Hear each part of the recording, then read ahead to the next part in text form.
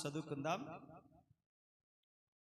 సరిగా పెట్టి ఇందాక పెట్టినట్లు ఆది కాండము 1వ అధ్యాయము 27, 28 వచనాలను చదువుకుందాం. చదవండి చదవండి.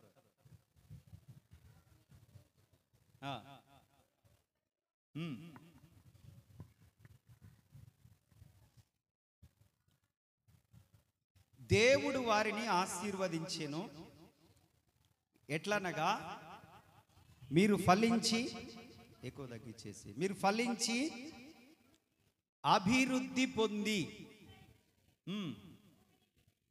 చాలు. ఇక నా వైపు చూడండి, మీరు తలలెత్తి కొద్దిసేపు నా వైపు చూడండి.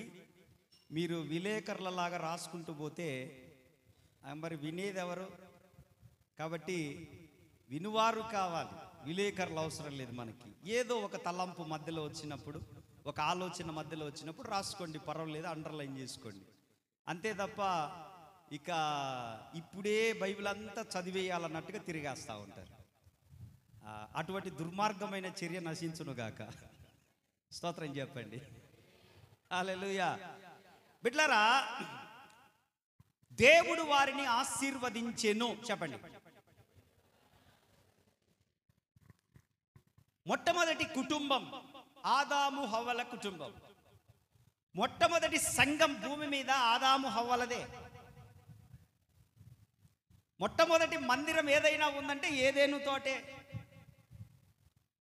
మొట్టమొదటి విశ్వాసులు ఎవరైనా ఉన్నారంటే ఆదాము హవ్వ. ఇక ఏ మార్పు లేదు. వారిద్దరికి పెళ్లి చేసింది ప్రభువే. ఆయనే మ్యారేజ్ రిజిస్టర్. దానికి వాళ్ళకి పెళ్లి చేశాడు, ఒక మందిరాన్ని ఇచ్చాడు, ఒక సంఘముగా వారిని కట్టాడు. వారే మొట్టమొదటి విశ్వాసులుగా పిలువబడ్డారు.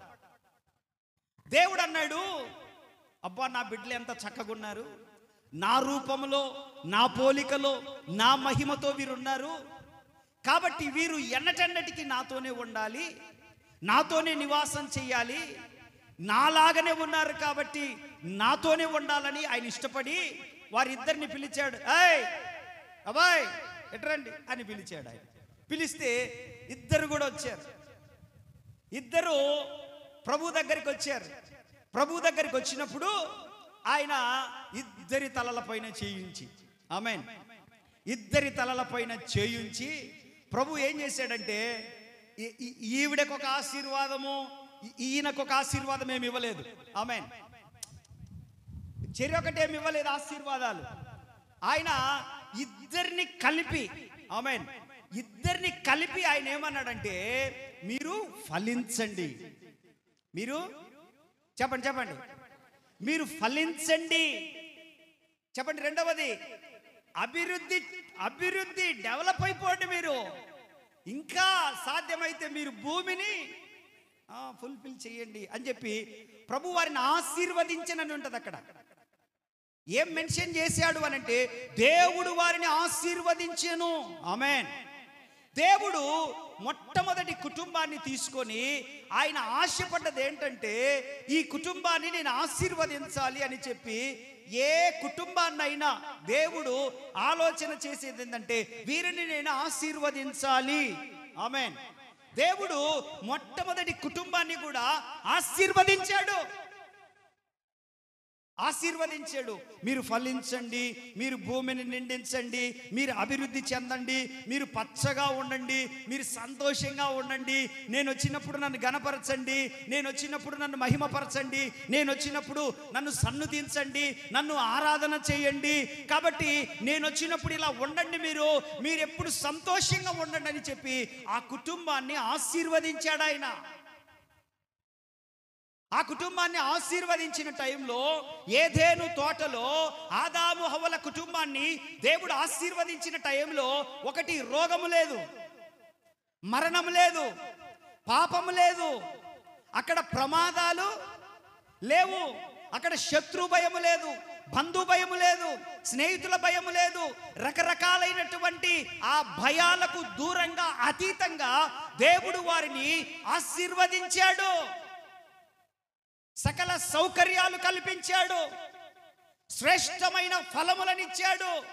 దేవుడు వారిని బ్లెస్ చేశాడు. ఎలాగనంటే అస్సలు మృగాలు కూడా, పశువులు కూడా, పక్షులు కూడా, జంతువులు కూడా, సముద్రము కూడా, ఈ ఎంటైర్ ఈ యొక్క సృష్టి ప్రపంచమంతా కూడా మీకు లోబడుతుంది. మీరే వీటన్నిటకు ఒక హై స్టేటస్లో ఉంటారు తప్ప మీరు వాటిని చూసి భయపడాల్సిన పని లేదని చెప్పేసి, అంటే మీరు తలగా ఉంటారు తప్ప మీరు తోకగా ఉండరు అన్నట్లుగా ఆయన ఆశీర్వదించాడు వారిని. ఆమేన్. దేవునికి స్తోత్ర. హల్లెలూయా. వాళ్ళు చక్కగా ఉన్నారు. దేవుని కుటుంబం కదా అది, దేవుని పిల్లలు కదా వారు, దేవుని తోటలో ఉన్నారు కదా, అది ఒక మందిరముగా అనుకుంటున్నారు కదా, దేవుడు వచ్చుచూ పోవుచూ ఉన్నాడు కదా, అదొక హోలీ ప్లేస్ కదా, అదొక పరిశుద్ధంగా పిలువబడుతుంది కదా, మొదటి సృష్టి వాళ్ళే కదా, మొదటి వివాహము దేవుని చేత స్వయాన సృష్టికర్త చేత వివాహము చేసుకున్న బిడ్డలు కదా వారు. వాట్ ఏ గ్లోరీ ఎక్కడ, వాట్ ఏ హోలీనెస్, ఎంత పరిశుద్ధతో, ఎంత దేవుని మహిమ వారి పైన ఉందో అటువంటి బెడ్లో చాలా చక్కగా సంతోషంగా ఆయన ఏదైనా ఒక మాట అంటే ఆమె సర్దుకుపోవడం, ఈయన ఒక డైలాగ్ కొడితే ఆమె సర్దుకుపోవడం, ఆమె కోపం వచ్చినప్పుడు ఈయన కాస్త తగ్గడం, ఈయన కోపం వచ్చినప్పుడు ఆమె కాస్త తగ్గడం, భార్యాభర్తల మధ్యలో సహజమే కదా. అలాంటప్పుడు వాళ్ళ ప్రేమకు గుర్తుగా, వారి యొక్క వివాహానికి గుర్తుగా అక్కడ ఉన్నటువంటి పనులు ఇచ్చి పుచ్చుకోవడం, అక్కడ ఉన్నటువంటి ఆ జంతువులను వాహనాలుగా వాడుకోవడం, తోటలో చాలా సరదాగా ఉంటా ఉన్నారు. ఈలోపు ఒక దుష్టునికి కళ్ళు కుట్టేశాయి. ఎవరు మధ్యలో అన్య జనులు జరబడ్డారు? ఎవరిదా సెల్లు? దేవుని మందిరం లోపలికి వచ్చేటప్పుడు కనీసం సైలెంట్ ఉంచుకోవాల్సినటువంటి జ్ఞానం లేని బిడ్డలుగా ఉన్నారా మీరు సంఘాలకు వెళ్ళేటప్పుడు? దేవునికి స్తోత్ర. ఈ ఏం చెప్తున్నాను నేను? దుష్టుడు జరబడి వీళ్ళిద్దరిని చూసి వాడికి అసూయ వచ్చి వీళ్ళిద్దరి మధ్యలో ఏదో ఒక పుల్ల వేయాలి, ఎలాగోలాగా చెడగొట్టాలి, వీరి ఆలోచనలను విరుద్ధంగా చేయాలి, వీరికి శత్రువులుగా మార్చాలి అని చెప్పి సాతానుగాడు ఏం చేశాడంటే, వారిద్దరూ ఉన్నప్పుడు అది సాధ్యపడదని, వారిద్దరు కాకుండా ఒంటరిగా ఈవిడ ఒక్కతి ఉన్నప్పుడు అపవాది అక్కడికి వచ్చి, ఆ అబ్బాయి ఎవరికి సంబంధించిన అబ్బాయి కదా, నీకు సంబంధించిన బాబు, కొంచెం కూర్చోబెట్టు, కుమారక్క వాళ్ళ అబ్బాయిలే, కూర్చోబెట్టు, వాడేదో డ్యాన్స్ చేస్తున్నాడు.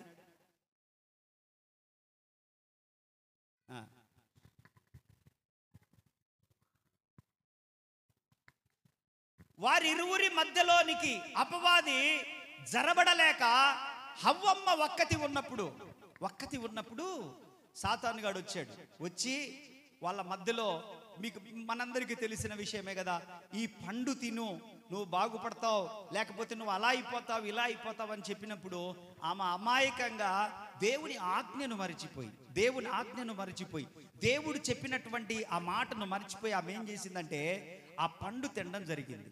తిన్న తర్వాత ఆమె తినడం మాత్రమే కాకుండా మరలా ఆదాముకి ఇచ్చింది. ఇద్దరు తిన్న తర్వాత జరిగిన సంగతి ఏందనంటే, నేనేం చెప్పడానికి ప్రయత్నిస్తున్నానంటే, వాళ్ళు పండు తినడం కాదు పాపం చేయడం, వాళ్ళు పండు తిన్నందుకు పాపం చేయలేదు. ఇది తినాలని కోరిక పుట్టి చేతులకు తీసుకున్నప్పుడే వారు ఆజ్ఞను అతిక్రమించినట్లయిపోయింది. ఇప్పుడు ఏమైపోయిందనంటే, దేవుడు వారిని ఆశీర్వదించాడు, ఫలించు అన్నాడు, అభివృద్ధి చెందండి అన్నాడు, భూమిని నిండించండి అన్నాడు, సంతోషంగా ఉండండి, మీకు సకల సౌకర్యాలు కల్పించానని దేవుడు వారిని దీవిస్తే, ఆ దీవెనను వారు కాపాడుకోలేక, ఆ సౌకర్యాలు కాపాడుకోలేక, వారు చేసినటువంటి పనికి దేవుడు స్వయాన వచ్చి వారిని తోటలో నుండి దేవుడు వారిని బయటికి వెళ్ళగొట్టేశాడు.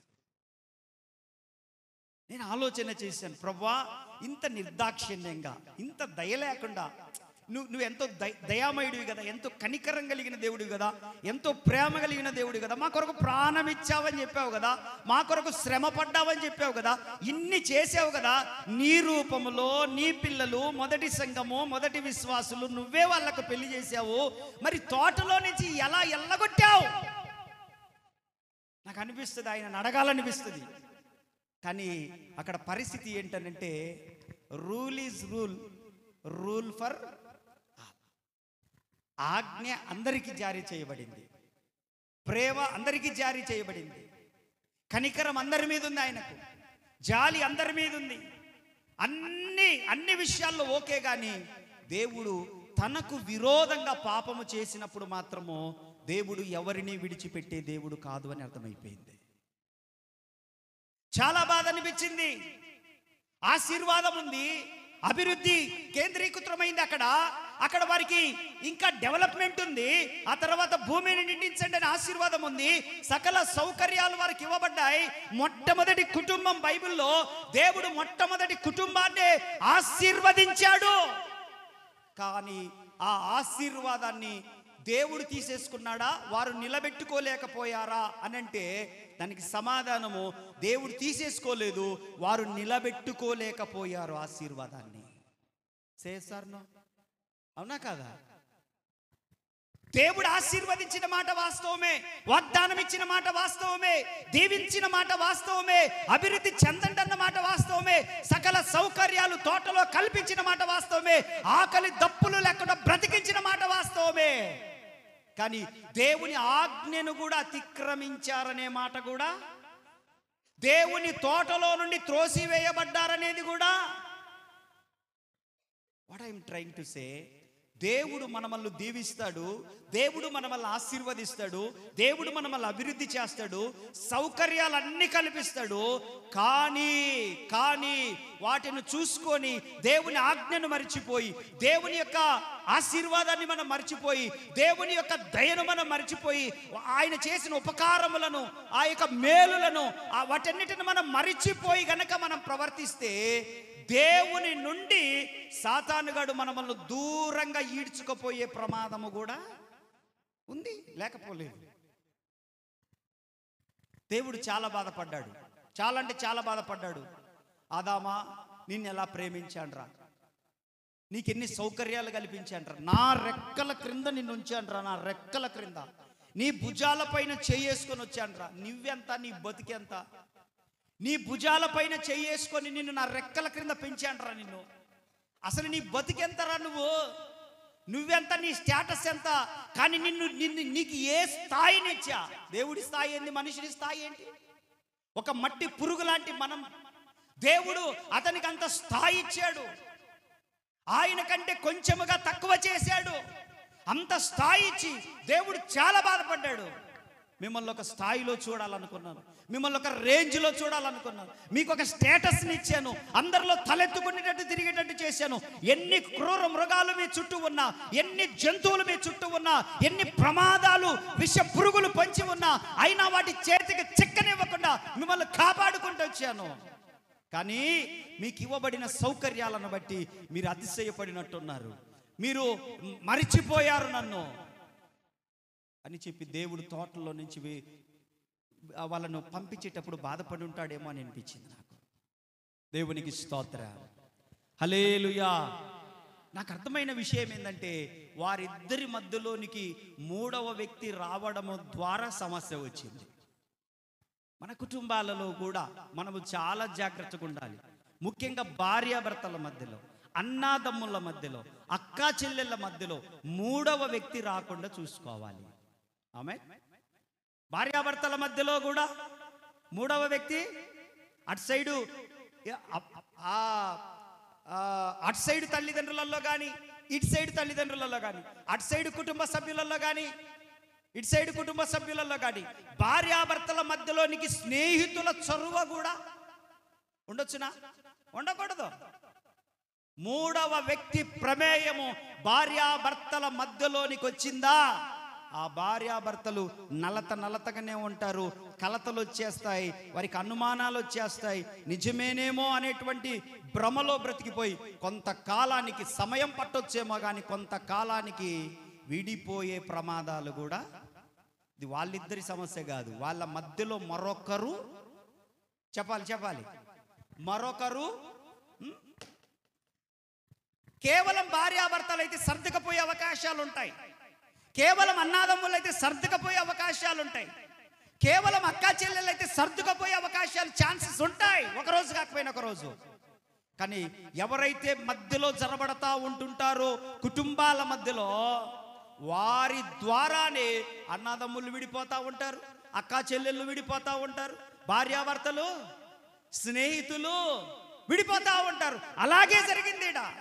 ఆదాము హవ్వ వారిద్దరు బాగానే ఉన్నారు, కానీ మూడవ వ్యక్తి మధ్యలో జరబడి అనుమానం అనేటువంటిది ఒకటి రేకెత్తించినందువలన ఆ కుటుంబం ఏమైపోయిందంటే సంఘానికి దేవునికి, చెప్పండి, సంఘానికి దేవునికి దూరం అయిపోయింది. దేవుడు చాలా బాధపడ్డాడు, చాలా అంటే చాలా బాధపడ్డాడు దేవుడు. 5వ అధ్యాయం 19వ వచనం చదవండి. రోమీలకు రాసిన పత్రికలో 5వ అధ్యాయం 19వ వచనం ఒక మాట చదవండి. ఆపొద్దు, స్పీడ్గా రావాలా. 5:19 రోమీలకు రాసిన పత్రిక. ఏలయనగా ఒక మనిషిని అవిధేయత వలన అనేకులు పాపులుగా ఎలాగూ చేయబడిరో, అలాగే ఒకని విధేయత వలన అనేకులు, దేవునికి స్తోత్రం, హల్లెలూయా, ఒకని అవిధేయత వలన అనేకులు పాపులుగా చేయబడ్డారు. ఇప్పుడు క్రీస్తు యేసు ఆయన నీతిమంతుడు, ఆయన రక్తములో కడగబడడం ద్వారా మనకు నీతి వస్తుంది కనుక యేసు క్రీస్తు రక్తము ద్వారా ఇక్కడ కూర్చున్న వారందరూ కూడా నీతిమంతులుగా మార్చబడ్డారు. ఆమేన్. ఎవరైతే మారు మనసు పొందారో, ఎవరైతే బాప్తిస్మం పొందారో, ఎవరైతే క్రీస్తు రక్తంలో కడగబడ్డారో, ఎవరైతే ఒక సంఘ సహవాసానికి అంటుకట్టుకొని దేవుని భయం కలిగి బ్రతుకుతున్నారో వారందరూ దేవుని దృష్టిలో నీతిమంతులు. ఆమేన్. మనుషుల దృష్టిలో మన బలహీనతలను బట్టి మనకేమైనా నిక్ నేమ్స్ పెట్టొచ్చు, కానీ దేవుని దృష్టిలో మాత్రం వీఆర్ ఆల్ రైచియస్ పీపుల్ అన్నమాట, మనందరము కూడా. ఆమేన్, హల్లెలూయా. మనందరం ఆయన దృష్టిలో నీతిమంతులైన పిల్లలము. చప్పట్లు కొడుతూ దేవుని గణపరచండి. నీతిమంతులైన పిల్లలము. ఆమేన్, ఆమేన్. ఎలాంటి పిల్లలము ఆయన దృష్టిలో? ఎలాంటి వారు మనము నీతిమంతులైన పిల్లలము గనక ఆయన 2 చేతులెత్తి ఈ దినం వచ్చిన వారిని ఆయన ఆశీర్వదించబోతా ఉన్నాడు. ఎందుకనంటే ఆయన రక్తంలో కడగబడ్డాం మనము. ఆదాము హవ్వలాగా ఆయన స్వహస్తములతో తయారు చేయబడేపోయినా ఆయన ప్రియ కుమారుడైన యేసు క్రీస్తు రక్తము ద్వారా మనము కాబట్టి మొదటి కుటుంబము స్పాయిల్ అయిపోయింది, తోటలో నుంచి వెళ్ళిపోయింది, దేవునికి దూరం అయిపోయింది, కష్టాల పాలైపోయింది, కన్నీరు పాలైపోయింది, చెమట పాలైపోయింది.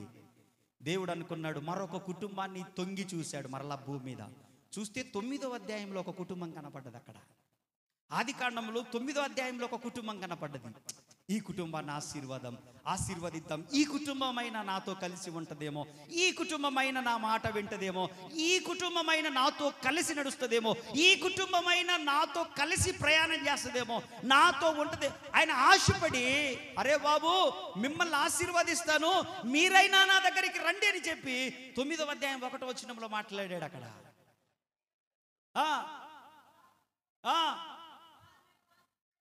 అక్కడ 9వ అధ్యాయం 1వ వచనంలో దేవుడు నోవాహును అతని కుమారులను, అబ్బా దేవునికి స్తోత్ర, హల్లెలూయా, సేమ్ డైలాగ్స్ కనపడతాయి. కంటిన్యూ చేయండి. అక్కడ మీరు ఫలించి అభివృద్ధి పొంది, సేమ్ డైలాగ్. ఆమేన్.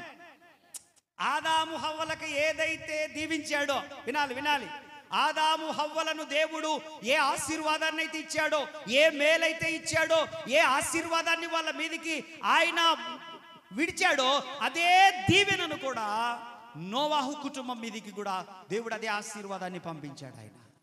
ఆమేన్, హల్లెలూయా. నోవాహు కుటుంబాన్ని చూశాడు ప్రభు.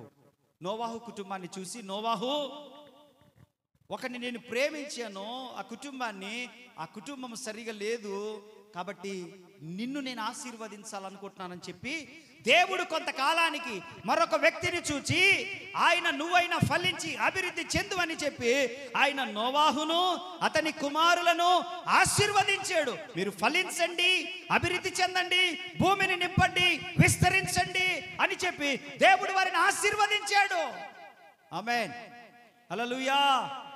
దేవుడు ఈ రాత్రి మీ కుటుంబాలను కూడా చూస్తూ ఉన్నాడు. మీ కుటుంబాలను కూడా చూశాడు. మీ కుటుంబాల పైన ఆయన కనుదృష్టి ఉంది.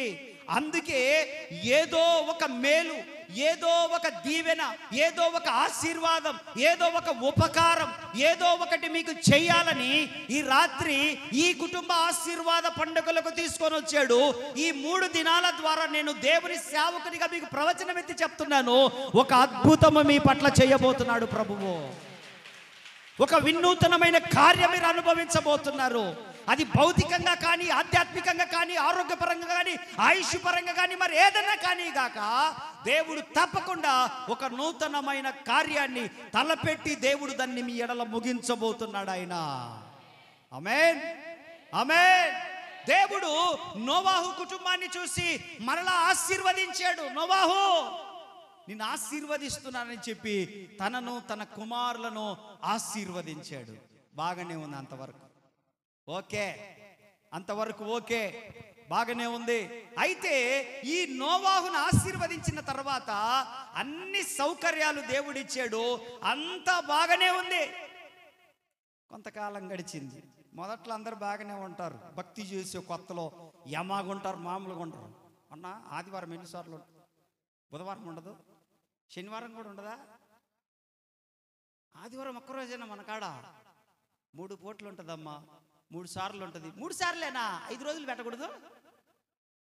5 రోజులు పెట్టన్నా ప్రార్థన. ఏమి భక్తో మామూలుగా ఉండదు, అదంతా సూపర్ ఫాస్ట్ అన్నమాట. అది ఇంకా ఆగేది ఉండదు. కొంతకాలం పోయిన తర్వాత, కొంతకాలం గడిచిన తర్వాత, కొంత సమయం ముందుకెళ్ళిన తర్వాత కదా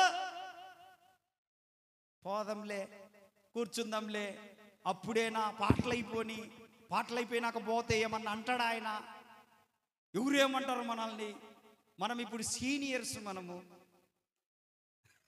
ప్రైజ్ ది లార్డ్, స్తోత్రం చెప్పండి. హల్లెలూయా, హల్లెలూయా. మీరు కోరుకున్న మనిషి, మీరు అనుకున్న మనిషి రాలేదని ఈరోజు. ఏందయ్యా, మేము ఒకటి అనుకుంటే నువ్వు తగులుకున్నావు మాకు, అంతా పాత చింతకాయ పచ్చడేనా? అదే ముఖమే చూడాలా? ఏం చేద్దాం? నేనేమో అందరినీ గుడ్డిగా నమ్ముతా. నాకు హ్యాండ్ ఇస్తే నేనేం చేయాలి? ఇంకా నేనేం చేయలేను కదా. నేనేమో అందరినీ నమ్ముతా, అందరినీ మంచోళ్ళు అనుకుంటా, అందరికీ ఉపకారంగా ఉండాలనుకుంటా. చివరికి నా గతి, నా పరిస్థితి, నా పని అయిపోతుంటుంది. చివరికి నాకే తలనొప్పి. ఎందుకు చేశాను రా బాబు, ఎందుకు పెట్టుకున్నాను రా బాబు, ఎందుకు రా బాబు అనేటట్లు చేస్తారు నన్ను. దేవునికి స్తోత్రం, హల్లెలూయా. ఇప్పుడు నాకు చెప్పడానికి కూడా ప్రభువు దగ్గర ఎంతసేపు గడిపానో మీకు చెప్పడానికి. ప్రభువా, నేనేమో 3 సేవకులు వస్తారని ప్రకటన చేశా. మొదటి రోజే నా ముఖం చూపించింది అనుకో. ఇదేందయ్యా, రేపటి నుంచి అయినా వస్తారా? రేపు కూడా ఇంతేనా, తమరేనా? దేవునికి స్తోత్రం, హల్లెలూయా, హల్లెలూయా. కాబట్టి మీకు చెప్పడానికి కూడా నేను మీ హృదయాలలోనికి వాక్యం వెళ్తుందో లేదో అని చెప్పి దేవుని దగ్గర 10 సార్లు చెక్ చేసుకొని మరి ప్రభు సన్నిధిలోకి వచ్చాను. తప్పకుండా ఇది మీకు ఉపయోగకరముగా ఉండును గాక. ఆమేన్. ఈ నోవాహు కుటుంబము కొంతకాలానికి ఏమైపోయింది అంటే 9వ అధ్యాయం 20-21 చదవండి. 20-21లో నోవాహు వ్యవసాయము చేయనారంభించి ద్రాక్ష తోట వేసెను. పిమ్మట ద్రాక్షారసము తాగి మత్తుడై తన గుడారములో వస్త్రహీనుడిగా, ఎవరైనా ఏంటండి విచిత్రంగా ఉంది కదా. దేవుని చేత ఆశీర్వదించబడిన వ్యక్తి తాగుబోతోడయ్యాడట. ఏంటి? దేవుడు అభివృద్ధి చెందండి, ఫలించండి, విస్తరించండి అని చెప్పిన వ్యక్తి ఏమైపోయాడు? దేవుని ఆశీర్వాదాన్ని అనుభవిస్తూ అతను ఏమైపోయాడంటే, ఈ 20వ వచనం వచ్చేసరికి ఒక ద్రాక్ష తోట వేసాడు. 21వ వచనం వచ్చేసరికి అదే ద్రాక్షారసము తాగి మత్తుడైపోయి తూలుతా ఉన్నాడట. వస్త్రహీనుడైపోయి తన గుడారములో తన ఇంట్లో పడిపోయి ఉన్నాడు. ఇప్పుడు ఏమైపోయాడంటే, ఈ నోవాహు వ్యసనములకు బానిసైపోయాడు, త్రాగుబోతైపోయాడు. ఎవరో? నోవాహు త్రాగుబోతైపోయాడు. నోవాహుకు దేవుడు చేసిన మేలులు ఉపకారములు అంతా ఇంత కాదు. జల ప్రళయము నుండి తప్పించాడు ఆయన, భయంకరమైన తుఫాను నుండి తప్పించాడు, విపత్తు నుండి తప్పించాడు, అందరినీ నేలమట్టం చేసినప్పటికీ, జల సమాధి చేసినప్పటికీ నోవాహు కుటుంబాన్ని మాత్రము దేవుడు ప్రేమించి ఆశీర్వదించి, దేవుడు ఏం చేశాడంటే తనను ఆ తుఫానులో నుంచి తప్పించి మరలా భూమిని చూసేటట్లుగా ఆశీర్వదించాడు నోవాహు కుటుంబాన్ని. కానీ నోవాహు ఏం చేస్తున్నాడు? మందు తాగాడు. ఏం తాగాడు? అప్పుడు ద్రాక్షారసం అన్నారు. ఇప్పుడు ద్రాక్షారసం అంటే నాకు అప్పుడప్పుడు గుర్తొస్తూ ఉంటుంది. ద్రాక్షారసం అన్నప్పుడు మనం ఎప్పుడు తీసుకుంటాం ద్రాక్షారసము? తీసుకుంటారా మీరు?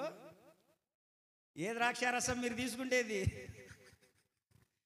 బల్లారాధన ద్రాక్షారసమే కాదు, దేవుని దయ వల్ల నెలకొకసారి బల్లారాధన ద్రాక్షారసము అంత లోటకు తీసుకుంటాం, అంత చిన్న గ్లాస్కి. నేను ఇదివరకు బల్లారాధన ఇచ్చేటప్పుడు ఆ బల్లారాధన ఇచ్చే క్రమంలో అందరూ పంక్తులుగా కూర్చొని ఉన్నారు. అన్న అన్నాడు, అరే పోయి బల్లారాధన వాళ్ళకి పోరా, ఈ రొట్టె పోరా అంటే నేనేమో రొట్టె ఇచ్చుకుంటూ పోతా ఉన్నా.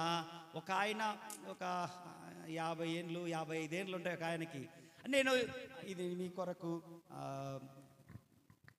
ప్రభు శరీరం అని చెప్పేసి ఇస్తా ఉంటుంటే, మీ కొరకు చీల్చబడిన ప్రభు శరీరం అని మాట్లాడుకుంటూ పంక్తులుగా కూర్చొని ఉంటే నేను ఇస్తా ఉన్నా.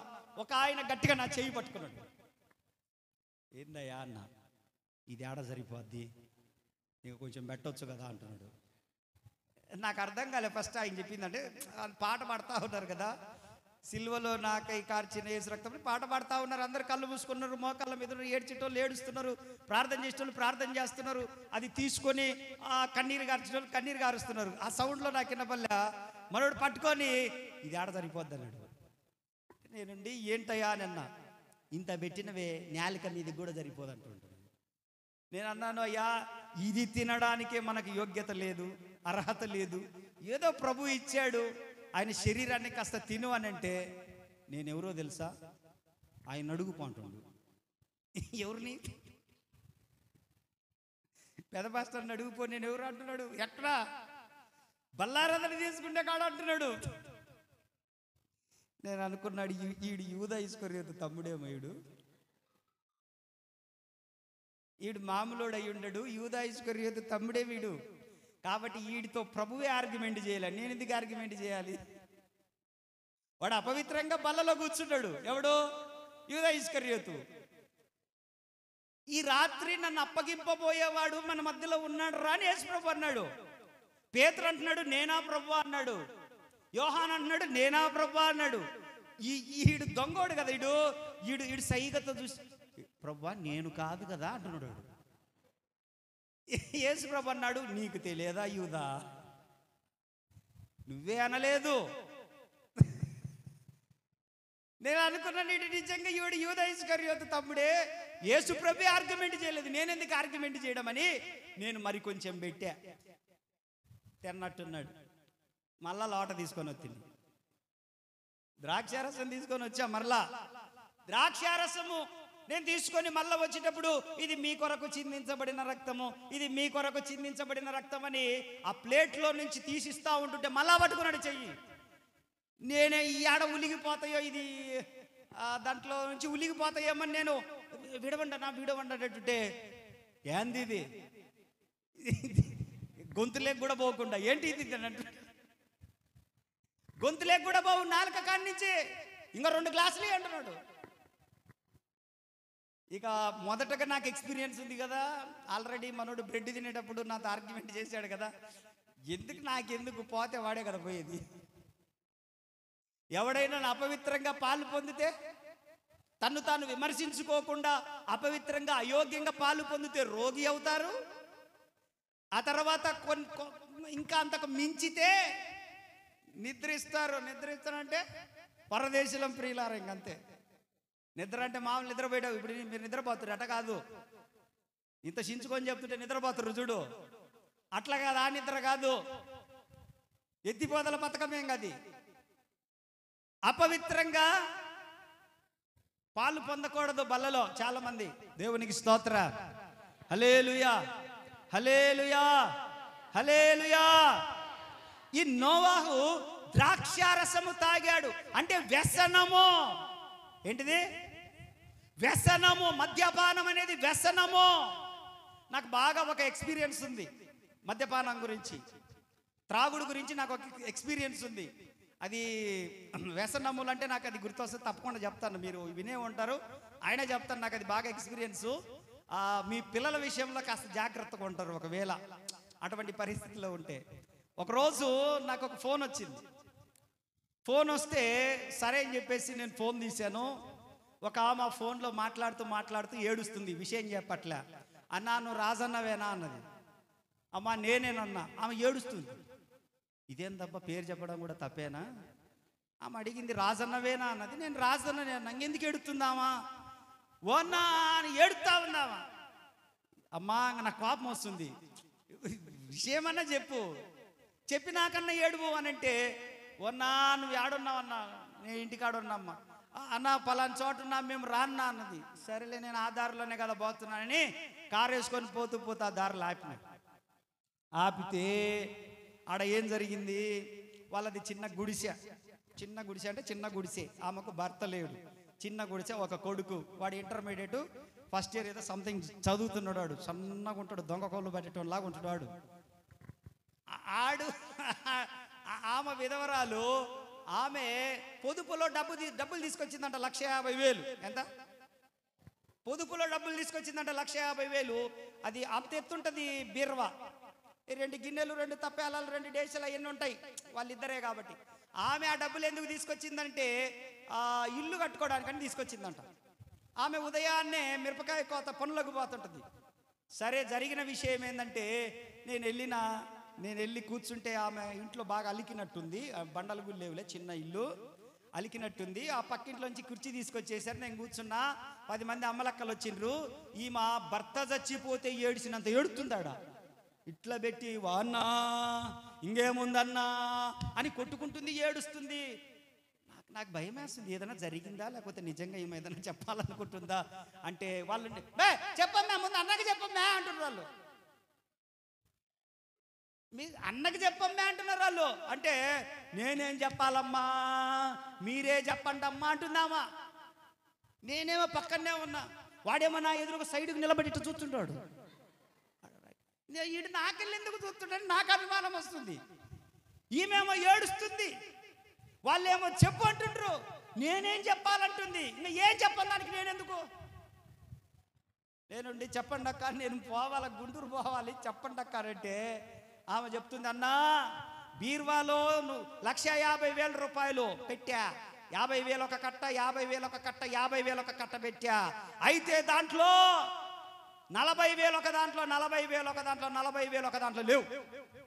ఎంత ఉన్నాయి లెక్కల మాస్టర్ చెప్పండి? 15,000. మీరు నాకంటే ఫస్ట్ క్లాస్లో పాస్ అయింటారే.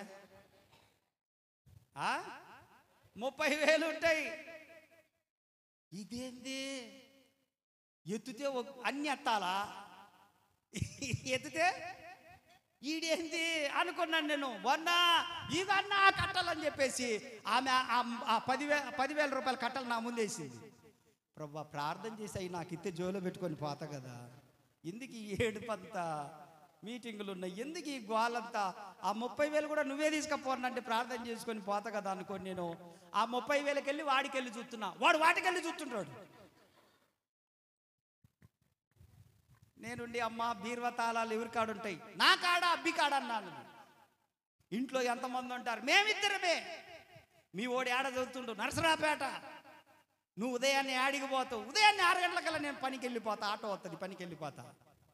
మీ ఓడి ఏం చదువుతుండే? ఇంటర్మీడియట్ అన్నాం. అబ్బి చాలా మంచోడన్నా అబ్బి అంటున్నామా? దొంగోని కూడా వెనకేసుకు రావాలంటే తల్లే. తల్లి ఆడోళ్ళు కాదు, తల్లే. ఆడోళ్ళందరూ మంచోళ్ళు. తల్లే దొంగోని కూడా మాట్లాడాడు కాదన్న అబ్బి. వాడు ఎన్ని పనికి మాల పనులు చేయి. రాత్రి వాడు 11 గంటలకు తాగి వచ్చినా కూడా తలుపు తీసేది ఎవరు? వాళ్ళకెందుకులే మీరు చెప్పండి. తండ్రి వాడిని మందలించడానికి, కొట్టడానికి, సరి చేయడానికి దగ్గరికి వచ్చి కర్ర ఎత్తుతే, చెయ్యి ఎత్తుతే, కాలు ఎత్తుతే నీరు గారిసేది ఎవరు? మీరు కాదమ్మా, తల్లి గురించి మాట్లాడుతున్నాను నేను. మీరు చాలా మంచి వాళ్ళు ఆడవాళ్ళందరూ. వారిని క్రమశిక్షణలో పెట్టాలని ఎంత చూసినా కూడా ఈ తల్లి అనే పాత్ర పోషిస్తుంది. అన్నో అబ్బి, మళ్ళా అబ్బి అనుకుంటావు. నువ్వు ఆగే తల్లి నీ అమాయకత్వం. నువ్వు బాగా తయారైనవనుకొని నువ్వు ప్రార్థన చేయన్నా దేవుడు నీకు బయలుపడతాడంట కదా అంటుంది. బయలుపరిచిండమ్మా ఇందాకనే బయలుపరిచిండు. కళ్ళు మూసుకో, ప్రార్థన చేసి పోయేటప్పుడు నీకు ఒక మాట చెప్పిపోతా, నువ్వు ఆ పని చేయని చెప్పిన. వాళ్ళందరూ ఉండి లేయమ్మే అన్న చెప్పిండంటే ఇంకా అదే కానీ లే. నేను ఇంకా ఏం చెప్పలే, నాకు గుండె బెత్తడి సారుతుంది. ఇప్పుడు నేను ఏదో ఒకటి చెప్పకపోతే ఇల్లు ఇంకా సరే అని చెప్పేసి నేను ప్రార్థన చేసి పోతూ అక్క మూలన్న దామతర కర్ర తీసుకొని నీ కొడుకును దండానికి అలే అని చెప్పి వెళ్ళిపోయినమ్మా.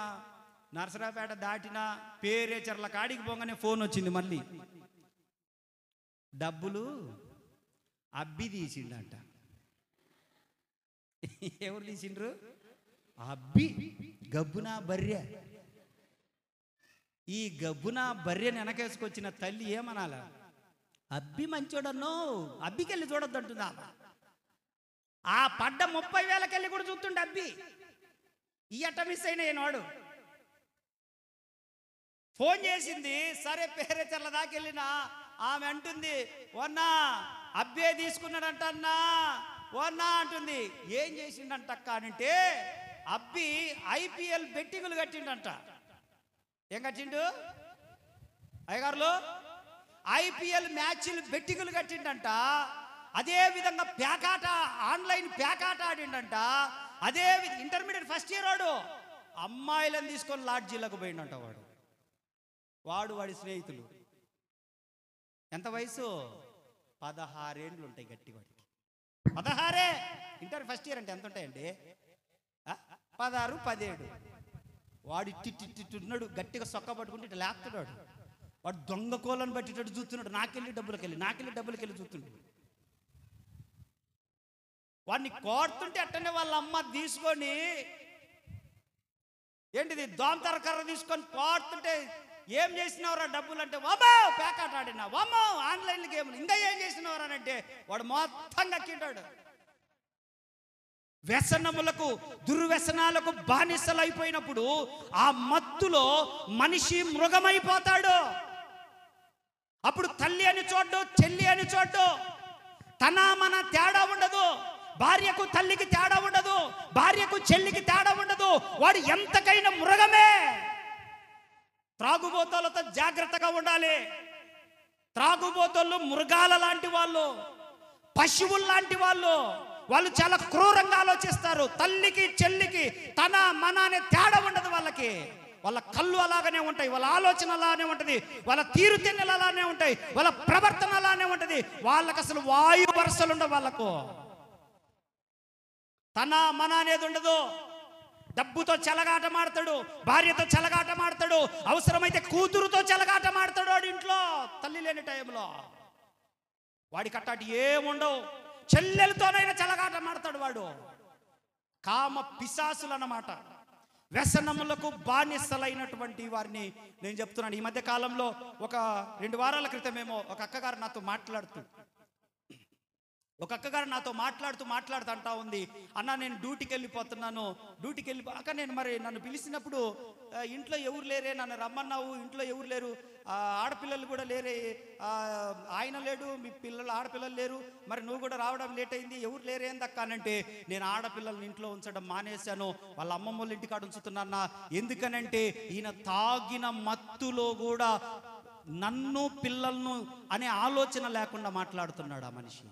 ఈ మనిషి ఎంతకైనా మనిషి అని చెప్పేసి నా పిల్లలే అంటున్నారు, మేము మా నాన్న ఉన్నప్పుడు మేము ఇంట్లో ఉండము, ఆయన చూపులు ఆయన మాట తీరు చాలా తేడాగుంది, మేము ఇంట్లో ఉండమని పిల్లలు అంటా ఉన్నారంట. ఆడపిల్లలు గుండె పగిలిపోయింది అసలు ఆ మాటకి. తన పిల్లలు తన తల్లికి చెప్తుంటే ఆ మాట, ఒరి త్రాగుబోతాడా, నీ కడుపునే కదరా వాళ్ళు పుట్టింది, ఎంత పనికి మాలిన తండ్రివిరా నువ్వు, ఎంత పనికి మాలిన మనిషివిరా, నీ భార్యకు నీ పిల్లలకు తేడా తెలియదురా నీకు ఆ మత్తులో. మత్తు అనేది ఒక మాయ, ఆ మాయా ప్రపంచంలో బ్రతుకుతూ తన మన అనేది లేకుండా, వాళ్ళు వీళ్ళనేది లేకుండా నీ చెల్లెలతో కూడా అంతే ప్రవర్తిస్తావా? నీ భార్యతో ఉన్నట్టే ఉంటావా?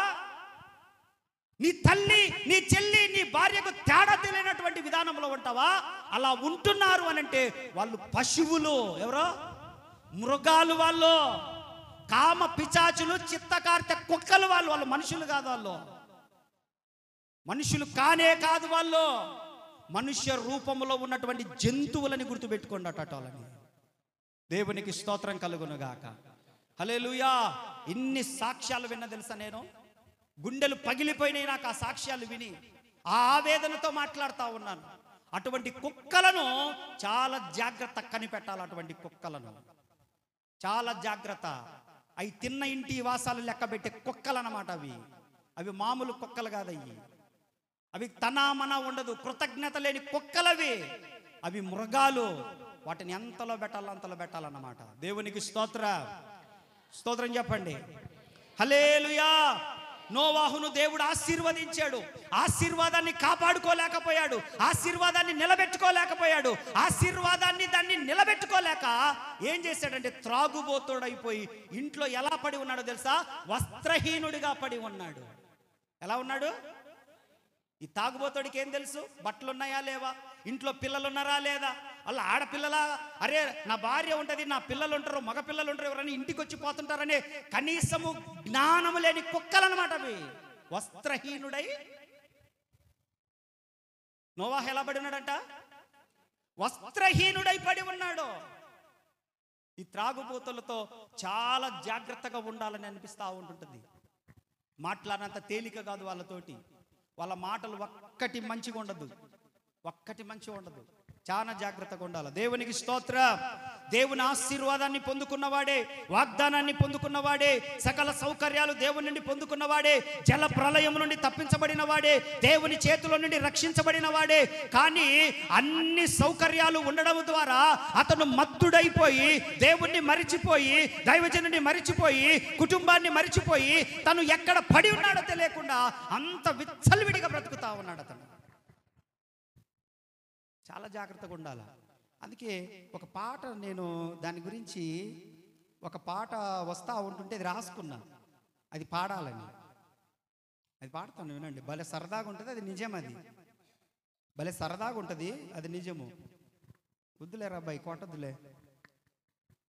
ఈ పాట వినండి, భలే ఉంటుంది, సరదాగా ఉంటుంది, కానీ అది నిజము. అమ్మో దీనికి దండము, ఇది తాగితేనే యమ్మ గండము. చప్పట్లు కొట్టండిలే, పర్వాలేదు, వావా అని కాదు. అమ్మో దీనికి దండము, ఇది తాగితేనే యమ గండము. అమ్మో దీనికి దండము, ఇది తాగితేనే యమ గండము. కూలోడి కడుపుకు కన్నాము వేసిన సర్కారు సారాకు సలాము కొట్టాలి. తాతయ్య త్రాగుడు పిచ్చి, అయ్యకు అలవాటొచ్చి, కొడుకులకేమో మెచ్చి, మన వల్ల మనసులో జొచ్చి. 4 తరాలు వారసత్వమైపోయే, మందుకు బానిసలైపోయినారు. అందరూ కలిశారు, అంగట్లో చేరారు, సారా పీప ముందు సతికల్లో పడ్డారు. అమ్మో దీనికి దండము, ఇది తాగితేనే యమ గండము. అమ్మో దీనికి దండము. క్రిస్మస్ పండగకు మందు, జనవరి పండగకు మందు, మఠాలాదివారానికి మందు, మంచి శుక్రవారానికి మందు, తాళి కట్టిన నాడు మందు, తాళి తెంచిన నాడు సరదాగా మొదలయ్యి విషమయ్యిపోయింది, నరాలు గుంజింది, నరకానికి కంపింది. అమ్మో దీనికి దండము, ఇది తాగితేనే యమ గండము. అమ్మో దీనికి దండము, ఇది తాగితేనే యమ గండము. కడుపులో పేగులు కుల్లి, లివరేమో లీకైపోయే, ఊపిరితిత్తులు ఉబ్బి, గుండెమో ఎండిపోయే, కళ్ళల్లో కాంతులు ఆరి కాలాలు తీరిన నాడు మున్సిపాలిటీ వాళ్ళు ముక్కు మూసుకొని కాళ్ళు పట్టుకొని కాటికి ఈడ్చారు. ఎవరిని? ఈ తాగుబోతు దొంగ నా కొడుకుని. దేవునికి స్తోత్రాలు. హల్లెలూయా, హల్లెలూయా, హల్లెలూయా. ఇది చాలా జాగ్రత్తగా ఉండాలి. వ్యసనములకు బానిసలైపోయి ఈ నోవాహు కుటుంబము కూడా పాడైపోయినటువంటి సమయంలో దేవుడు చాలా బాధపడ్డాడు. అయ్యో, నేను ఆశీర్వదిస్తే నిలబెట్టుకుంటే ఒక్క కుటుంబం లేదా, నేను దీవిస్తే నిలబెట్టుకుంటే ఒక్క కుటుంబం లేదా, నేను మంచి కోరితే నిలబెట్టుకుంటే ఒక్క కుటుంబం లేదా అని చెప్పేసి దేవుడు బాధపడుతున్న సమయంలో ఒక వ్యక్తి భూమి మీదకి వచ్చాడు. అతని పేరు యోసేపు. కొడు చప్పట్లో. దేవుడు కుటుంబాలను ఆశీర్వాదాలని ఆశపడ్డాడు, ఆశీర్వదించాలనుకున్నాడు, అభివృద్ధి చేయాలనుకున్నాడు, వారి కుటుంబాలలో నెమ్మది కలగ చేయాలనుకున్నాడు, సమాధానం కలగ చేయాలనుకున్నాడు, వృద్ధిని కలగ చేయాలనుకున్నాడు, ఒక స్థాయికి తీసుకురావాలనుకున్నాడు. అయితే దేవుడు ఆశపడిన రీతిలో ఆశీర్వదించబడ్డ తర్వాత ఆ కుటుంబాలు అలాగా నిలబెట్టుకోలేనందువలన దేవుడు ఒకరిని భూమి మీదకి పంపించాడు. అతని పేరు యోసేపు. అతను ఎలా ఉన్నాడో తెలుసా? 49వ అధ్యాయం 22వ వచనం, జెనసిస్ లేక రండి. ఆది కాండము 49వ అధ్యాయం 22వ వచనంలో మాట్లాడుతూ వస్తా ఉన్నాడు. అక్కడ యోసేపు ఫలించేడి కొమ్మ, ఊట యొద్ద ఫలించేడి కొమ్మ, అతని రెమ్మలు గోడ మీదికి ఎక్కి వ్యాపించును. చాలు, యోసేపు ఫలించేడి కొమ్మ. దేవునికి స్తోత్రం. చేతులు ఎత్తి చెప్పండి, చెప్పండి, చెప్పండి. హల్లెలూయా చెప్పాలందరూ చేతులు ఎత్తి. నిద్రమత్తు పోవాలా? హల్లెలూయా. వాళ్ళు మాత్రం ఎత్తట్లే, నిద్రపోయి. హల్లెలూయా. అయ్యా అయ్యా తాగొచ్చిరా ఏమి? అయ్యా అయ్యా అంటుండ్రు. హల్లెలూయా, హల్లెలూయా, హల్లెలూయా. దేవుడు ఒక వ్యక్తిని కనుగొన్నాడు. అతని పేరు యోసేపు. దేవుడు అతన్ని మాట్లాడుతూ అతని గురించి సాక్ష్యం ఇస్తూ అంటున్నాడు, యోసేపు ఫలించేడి కొమ్మ. ఎలాంటి కొమ్మ అంటే ఊట యొద్ద ఫలించేడి కొమ్మ. ఆమేన్. అది ఊట యొద్ద ఫలించేడి కొమ్మ. యోసేపు గురించి నేను కొన్ని రాసుకుంటూ వచ్చాను. ఈరోజు మీతో మాట్లాడాల్సిందే. ఈరోజు మీతో మాట్లాడి నేను మిమ్మల్ని కరెక్ట్గా 10 గంటలకల్లా పంపించేస్తా. పర్వాలేదు, మీరు అన్నా కూడా అంతే పంపించేది. మరి ఎంతోమంది ఆకలితో వచ్చారు, వాక్యం కొరకు ఆకలితో, భోజనం కొరకు కాదు, వాక్యం కొరకు ఆకలితో వచ్చిన బెడ్లు ఉన్నారు. మిగతా వాళ్ళని దృష్టిలో పెట్టుకుంటే ఎట్లా? ఆకలితో ఉన్న వారిని దృష్టిలో పెట్టుకోవాలి. ఒక్క ఆత్మ రక్షించబడ్డ పరలోకంలో నాకు బహుమతి ఉంటుంది. దేవునికి స్తోత్ర. మరి ఈ ప్రయాస ఏంది? చిన్న విషయమా? ఈ ప్రయాస రాత్రింబవళ్ళు ఎండలకు ఎండి, వానలకు తడిసి, రాత్రింబవళ్ళు అల్లాడిపోయి ఏ గతి పట్టానో చూడు. ఎంత లావున్నా నేను, ఎంత లావున్నా అలాంటి ఎలా అయిపోయాను? మీకోసమే, దేవుని సంఘం కోసమే. దేవునికి స్తోత్ర. హల్లెలూయా. నేను మొన్న ఒక ఇంటికి వెళ్ళినప్పుడు ఆమెకు చెప్తా ఉన్నాను, అన్న టీ తాగన్నా అన్నది. అక్కడ నేను టీ తాగకూడదులే, డాక్టర్ చెప్పాడు టీ తాగొద్దని అనంటే పాలు తాగన్నా అన్నది.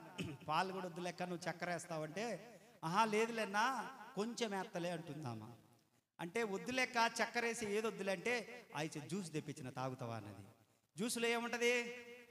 చక్కెర ఉంటుంది.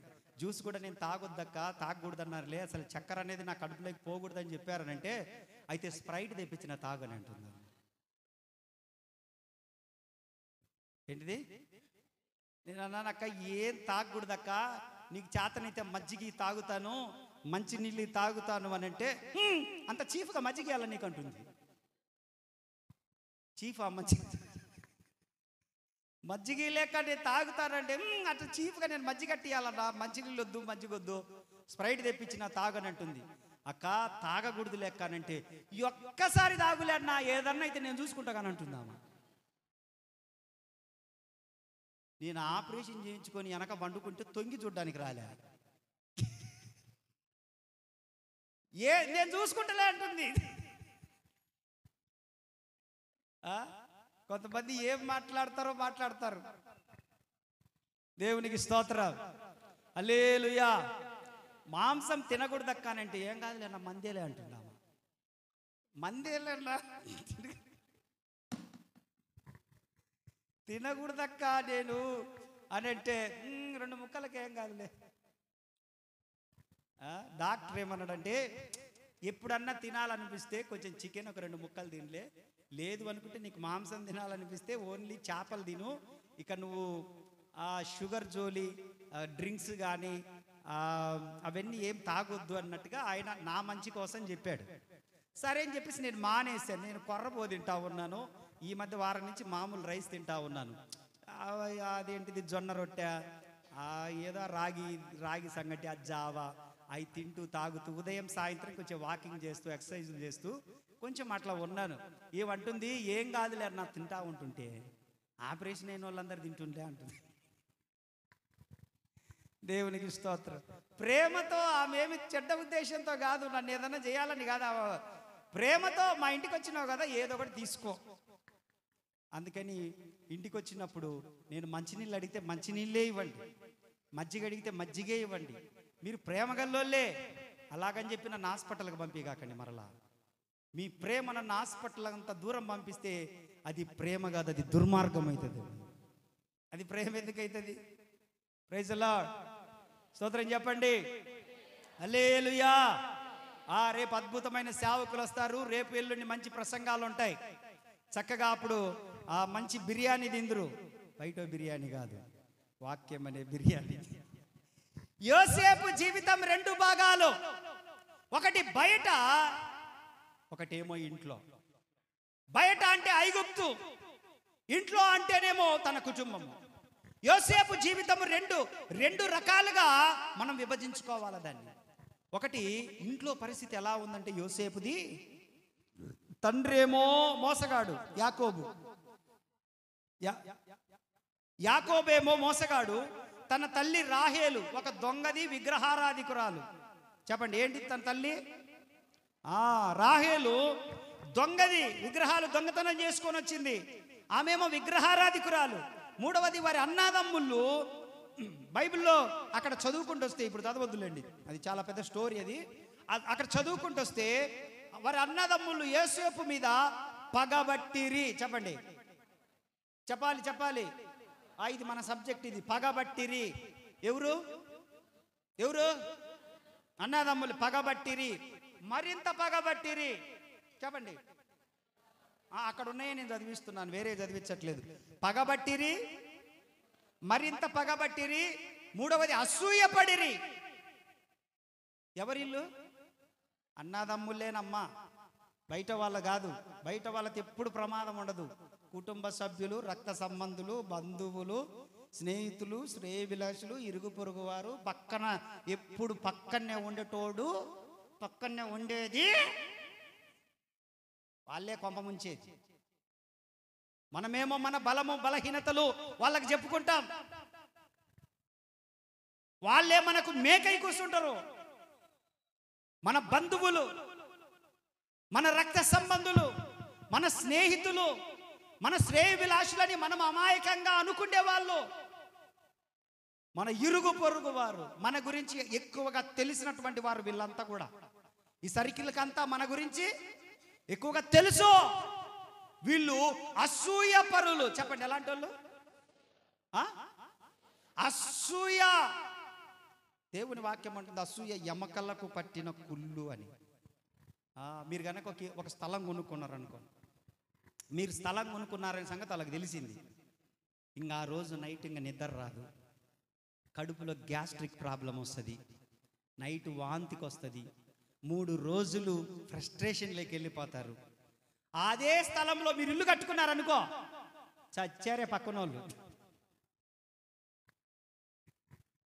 అదే స్థలంలో ఇల్లు కట్టుకున్నారనుకో, మీ పిల్లలకు ఉద్యోగం వచ్చిందనుకో, ఎలా ఉంటుంది? హ్యాపీ బర్త్డే చెప్తారా? హ్యాపీ న్యూ ఇయర్ చెప్తారా? కంగ్రాచులేషన్ చెప్తారా?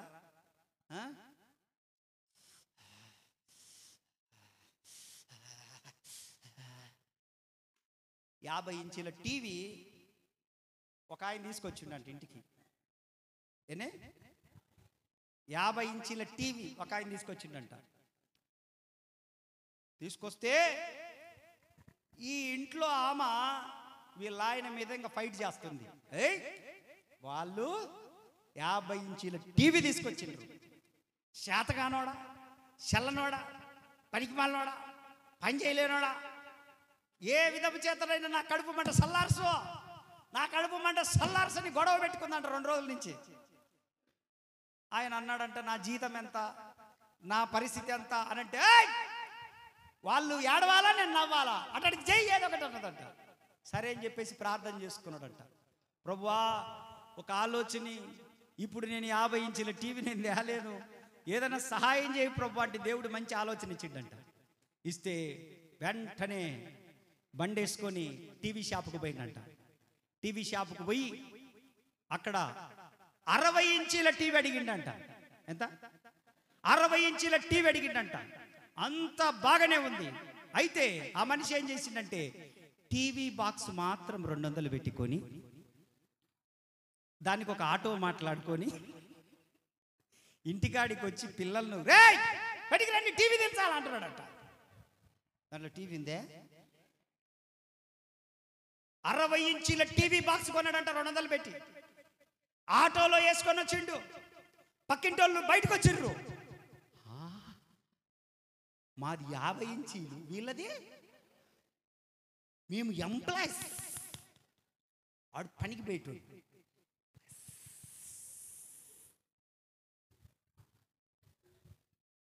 వాళ్ళ కొడుకులు వచ్చిర్రంట. దగ్గరికి పిలిచి చెప్పిండు, జాగ్రత్తగా బరువు ఉన్నట్టు నటించి లోపలికి తీసుకపోండి. మీరు ఏం చేయాలి? బరువు ఉన్నట్టు నటించాలి ఇద్దరు. ఈయనకంటే డ్రామా ఆర్టిస్టులు కొడుకులు. సరిగా పట్టుకోరా, ఒరుగుతుందట్టుండట వాడు.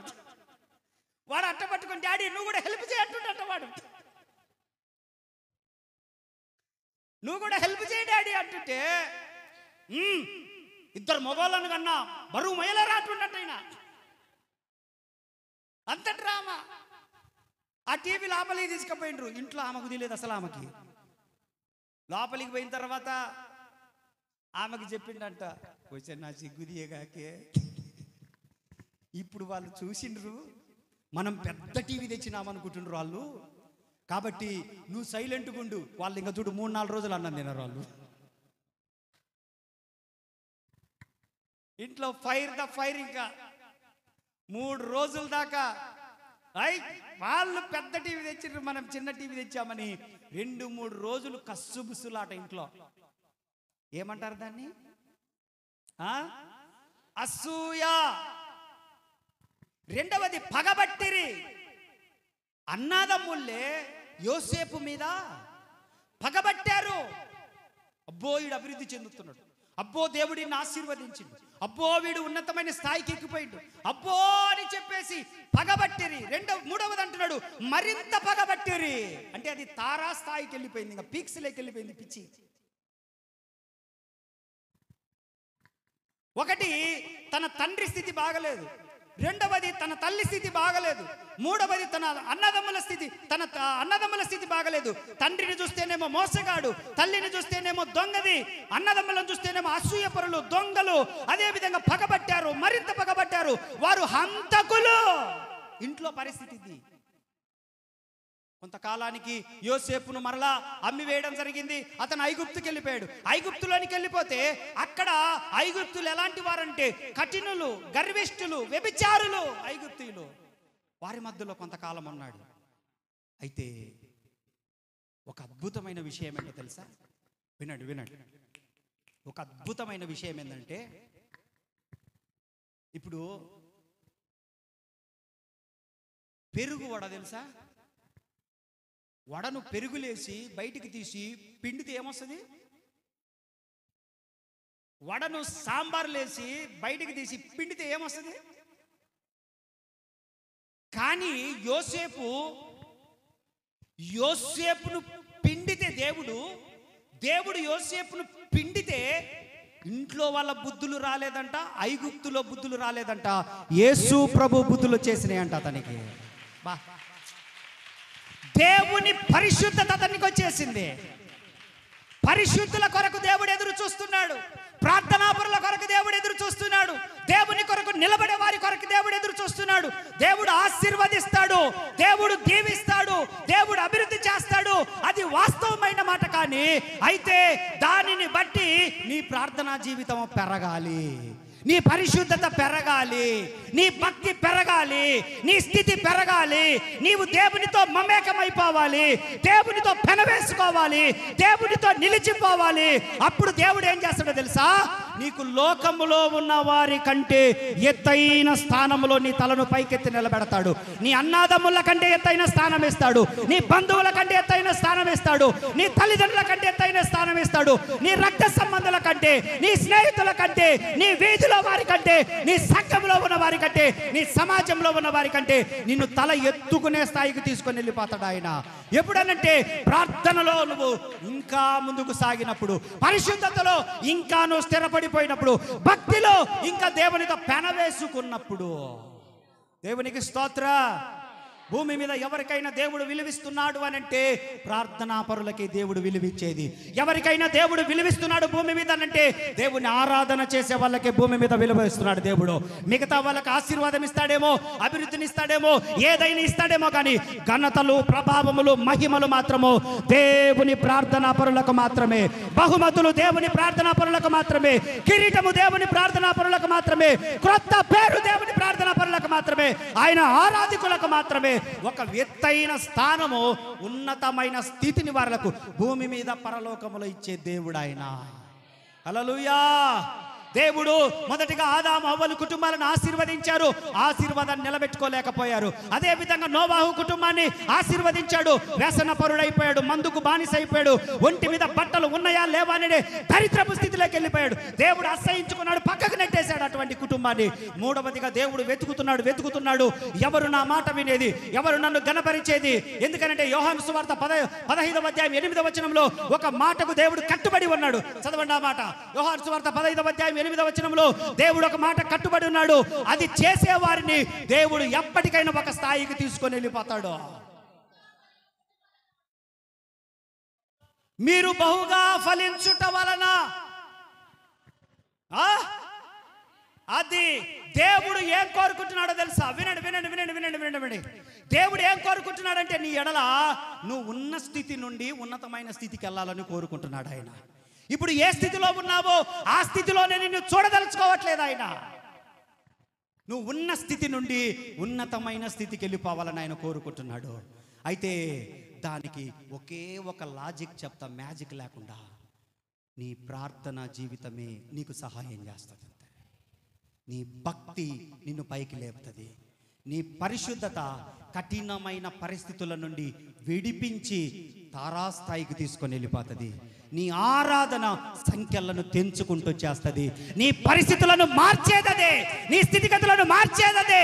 ప్రార్థన ప్రార్థన ప్రార్థన ప్రార్థన ఆరాధన, ఇంకా వేరేది లేదు ఈ భూమి మీద. దేవునికి స్తోత్ర. హల్లెలూయా. నా స్థితులు మారడానికి ఏదైనా ఒక పరిష్కారం చెప్పుంటావేమో, ప్రార్థనే నీ స్థితులు మారడానికి. నేను అభివృద్ధి చెందడానికి ఏదైనా ఒక మార్గం చూపించంటావేమో, మోకాళ్ళ ప్రార్థనే దానికి. నువ్వు ఉన్న స్థితి నుండి ఉన్నతమైన స్థితికి వెళ్ళడానికి ఏదైనా ఒకటి చెప్పయ్యా అంటావేమో, నీకున్న కన్నీటి ప్రార్థనే అది నీకు అర్హతనిస్తా వస్తా ఉంటుంటది. దేవునికి స్తోత్ర. హల్లెలూయా. నా బ్రతికేంది, నా పరిస్థితి ఏంది, నేను ఎట్లా డెవలప్ అవుతాను, నేను ఎట్లా పైకి వస్తానని ఎవరి దగ్గరికి పోయి నువ్వు చేతులు కట్టుకొని నిలబడి అడగాల్సిన పని లేదు. ఆ మంత్రం, ఆ తంత్రం దేవుడు నీకే ఇచ్చాడు. అది ప్రార్థనా జీవితం, కన్నీరు జీవితం, ఆరాధన జీవితం, భక్తి జీవితం. ధైర్యం పుట్టిస్తుంది. అది నిన్ను పైకి లేపుకుంటూ వస్తుంది. అది నిన్ను ఎంత పెద్దోనిగా చేసినా కూడా బైబిల్లో ఆ వ్యక్తి వెనక ప్రార్థన ఉండింటదంతే. ఆ వ్యక్తి వెనక ప్రార్థన ఉండింటది కాబట్టి ఆ వ్యక్తి ఒక స్థాయికి వెళ్ళిపోయాడు. దేవునికి స్తోత్ర. హల్లెలూయా, హల్లెలూయా, హల్లెలూయా. నేను ఎవరి పేరిట ధైర్యంతో చెప్తున్నాను, దేనిని గురించి నేను ధైర్యంగా మాట్లాడుతున్నాను, ఎందుకు నేను ఇంత ధైర్యంగా ప్రవచనం చెప్తున్నాను, ఎందుకు నేను ఇంత ధైర్యంగా బోధించగలుగుతున్నాను అనంటే వెనక ప్రార్థన. ప్రార్థన నీ స్థితిని మార్చేది ప్రార్థనే. నా నోటి మాటను నెరవేర్చేది ప్రార్థనే. నేను చేసే ప్రార్థనే. మీ కొరకు రాత్రింబవళ్ళు కన్నీరు గార్చి ప్రార్థన చేస్తా కాబట్టి దేవుడు నా నోటి పలుకును మీ కొరకు దీవెన వర్షముగా మార్చేస్తాడు. ఆయన ఆశీర్వాదపు జల్లులుగా కురిపిస్తాడు. ఆయన నా కొరకైనా మీ స్థితిని మార్చుకుంటూ వస్తాడు. ఆయన ఎందుకనంటే ఈ ప్రార్థన వ్యర్థమైంది కాదు, ఇంకా కలిపి మీరు ప్రార్థన చేస్తే అది మీ స్థితిని ఉన్నతమైన స్థితికి తీసుకొని వెళ్ళిపోతుంది. ఎప్పుడు మూయబడిన తలుపులను చూస్తూ ఉన్నాం, ఎప్పుడు ఆగిపోయిన పరిస్థితులను చూస్తూ ఉన్నాం, ఎప్పుడు కఠినమైన పరిస్థితులను చూస్తున్నాం. వాటన్నిటిని తెంచేస్తుంది నీ ప్రార్థన.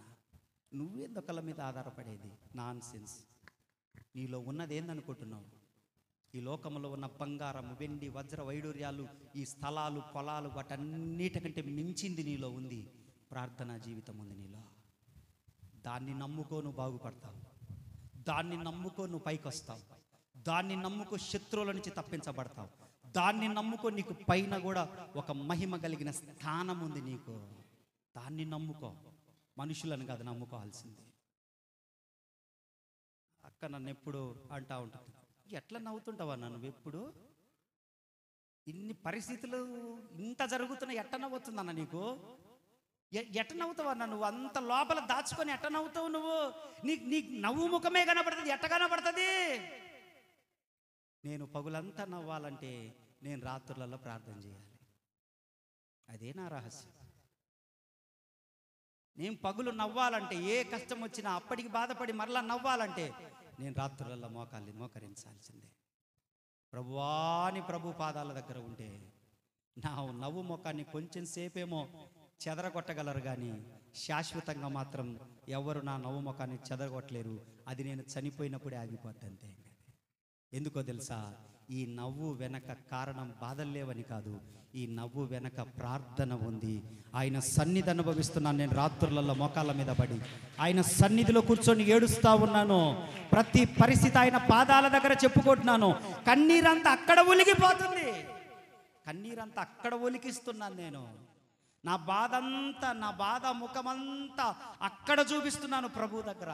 అయ్యా నా స్థితి, అయ్యా నా కన్నీరు, అయ్యా నా పరిస్థితులు, అయ్యా నా దుఃఖం, అయ్యా నమ్మిన వారే, అయ్యా అన్నదమ్ముల మధ్యలో, అయ్యా రక్త సంబంధాల మధ్యలో, అయ్యా సంఘంలో, అయ్యా బయట, అయ్యా ఎంత మంచి చేస్తాను అంత శత్రువులు అయిపోతా ఉన్నారు.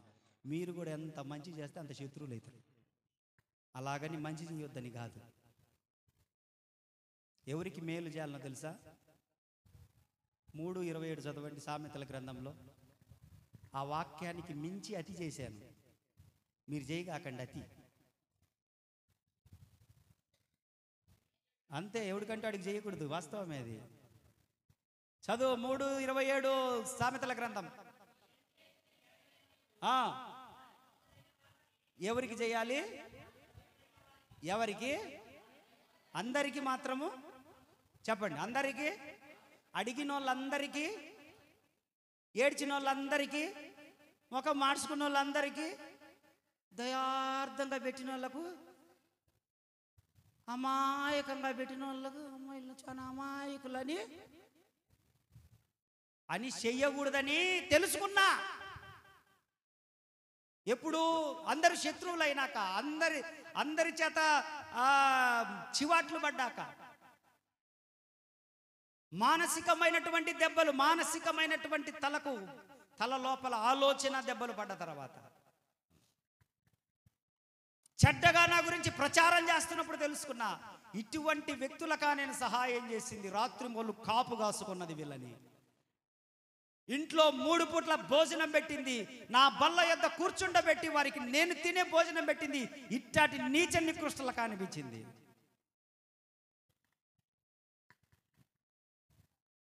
అందరికీ సహాయం చేయకండి అమాయకంగా ఉన్నంత మాత్రాన. బైబిల్ ఏం చెప్తుందంటే దాన్ని పొందదగిన వారు ఉంటారు, అటువంటి వారికి మాత్రమే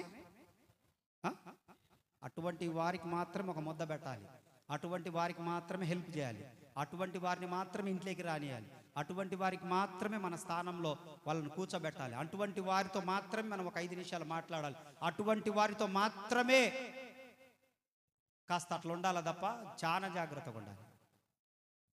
మిగతా వాళ్ళందరితో చెప్పాలి. ఇవి నిజాలు నేను చెప్పేది, మన జీవితాలలో జరుగుతున్నాయే ఇవి. ఒక్కొక్కరిని లేపి నిలబెడితే ఒక్కొక్క అనుభవం చెప్తారు. అన్నా నేను నమ్మి దాన్ని ఇంటికి రానిచ్చానన్నా, అదేనన్నా మా భార్యాభర్తల మధ్యలో మామూలుగా ఉండవు ఈ సాచికాలు, దుమ్ము లేపే సాచికాలు ఎన్నిగా. పొందదగిన వారికి, ఆమేన్. ఎవరికి? వచ్చిన వాళ్ళందరికీ కాదు, అడిగిన వాళ్ళందరికీ కాదు, అమాయకంగా ముఖం పెట్టుకున్న వాళ్ళందరికీ కాదు, ఏడ్చిన వాళ్ళందరికీ కాదు. దగ్గరికి వచ్చి ఎవడైతే మన దగ్గర ఎక్కువ సహాయం పొందుతాడో వాడే బయటికి పోయి మన గురించి, వాళ్ళే బయటికి పోయి మీ గురించి మాట్లాడేది. చాలా జాగ్రత్తగా ఉండండి. ఈ సభలను ఉద్దేశించి ఈరోజు మీతో మాట్లాడుతున్నాను. యోసేపు అట్లా దెబ్బతిన్నాడు కాబట్టి మీకు చెప్తున్నాను. అన్నలను నమ్మాడు యోసేపు, నమ్మి వాళ్ళ చేత గుంతలో పడవేయబడ్డాడా లేదా? ఎవరు పడేసింది? బంధువుల, రక్త సంబంధుల, బయట వాడ? ఎవడు? అన్నదమ్ములు పడేశారండి, ఎవడో కాదు. మరలా గుంతలో నుంచి తీసి మిద్యానీయులకు అమ్మింది ఎవడో? పొతీఫర్ కమ్మింది ఎవడో? ఇంకా ఈడు సావలేదే అని కోరుకున్నది ఎవడో? ఎన్ని అనుభవించా, కుటుంబంలో నుంచి అనుభవించా, బయట నుంచి అనుభవించా, సంఘంలో నుంచి అనుభవించా. దేవునికి స్తోత్రం. అయినా నన్ను పిండితే నా ప్రభువు రక్తమే తప్ప వేరే రక్తం నాలో నుంచి రావడానికి వీల్లేదు. ఎంతన్నా పిండుకో ప్రభు, నన్ను ఎంతైనా పిండుకో నువ్వు. అప్పటికి ఏడుస్తానేమో నీ పాదాల దగ్గర కూర్చొని. నేను మాత్రం ఈ పరిశుద్ధతను, ఈ ప్రార్థనా జీవితాన్ని విడిచిపెట్టను. అయిపోయింది. పాత రాజు చనిపోయాడు ఎప్పుడో. 10 సంవత్సరాల క్రితం మంచా రాజు చనిపోయాడు. ఇప్పుడు 10 సంవత్సరాల నుంచి వచ్చిన మంచా రాజు వేరు. ఈడు పరలోకం కొరకు బ్రతుకుతున్నాడు, సంఘం కొరకు బ్రతుకుతున్నాడు, దేవుని పిలుపు కొరకే బ్రతుకుతున్నాడు తప్ప ఏ ఆశలతో బ్రతుకుతున్నాడు కాదు ఈ మంచా రాజు. ఆశల కోసం, ఆశయాల కోసం బ్రతుకుతున్నాడు కాదు. ప్రభు సింహాసనం దగ్గర ఒక చోటు దగ్గాలి, మిమ్మల్ని అందరిని అక్కడ నిలబెట్టినప్పుడు నాకు మహిమ రావాలి, అంతే, వేరేదేమీ లేదు. అందుకే ప్రతి రూపాయి నా ఇంటి ఓపెనింగ్ విషయంలో కూడా నేను ఖర్చు పక్కన పెట్టేసి ఈ మీటింగులు జరపాలని నేను ఆశపడ్డాను. ఆ ఇంటి ఓపెనింగ్కు పెట్టే ఖర్చు అంతా మందిరం యొక్క 3 రోజులు కూటాలకు పెట్టి మంచి ఉపదేశం వినిపించాలి, ప్రజలు కుటుంబాలతో మేలు పొందాలని ఆశపడ్డాను నేను. అందుకే మీకు ఏమి చేయలేక మీతో ప్రార్థన చేయించుకొని ఇంట్లోకి వెళ్ళిపోయినా, అంతే. మీకేమి చేయడానికి డబ్బులు లేక కాదు, అదే డబ్బులు మీటింగులకు పెట్టాలని చెప్పేసి, అంతే. దేవునికి స్తోత్రం. హల్లెలూయా. దేవుడు ఏం కోరుకుంటున్నాడో తెలుసా? మిమ్మల్ని ఆశీర్వదించాలని కోరుకుంటున్నాడు ఈరోజు. అందుకే ఈ ఉపదేశం అంతా. మీరు మనుషులను నమ్ముకొనకండి, వారి మాయ మాటలను బట్టి కుటుంబాలలో మీరు విచ్చలవిడితనం వచ్చి దేవుని ద్వారా మీరు త్రోసివేయబడతారు. రెండవది, నోవాహు కుటుంబంలో చూసుకుంటే వ్యసనాలకు బానిసలైపోయారు. ఇప్పటికైనా మీ కుటుంబాలలో ఉన్న వ్యసన పరుల గురించి మీరు ప్రార్థన చేయకపోతే ఏదో ఒక రోజు వారి ద్వారానే మీ ఇంట్లో జరగకూడని పెద్ద కీడు జరుగుతుంది. వారి కొరకు మీరు ప్రార్థన చేస్తే దేవుని ఆశీర్వాదం మీ ఇంటి పైన పనిచేసి ఇంకా కాపాడుకుంటూ వస్తాడు ఆయన. మూడవది, దేవుడు అంటున్నాడు, యోసేపును చూశాడట. యోసేపును చూసినప్పుడు అతనికి బయటోది కానీ ఐగుప్తులోది కానీ ఏది తనకు రాలేదు, కానీ పరిశుద్ధమైన జీవితం వచ్చింది. 33వ అధ్యాయము డిటర్నమీలో ద్వితీయోపదేశ కాండము 33:16 ఒక మాట చదవండి. కమాన్, ఒక అద్భుతమైన మాట అక్కడ మాట్లాడతాడు.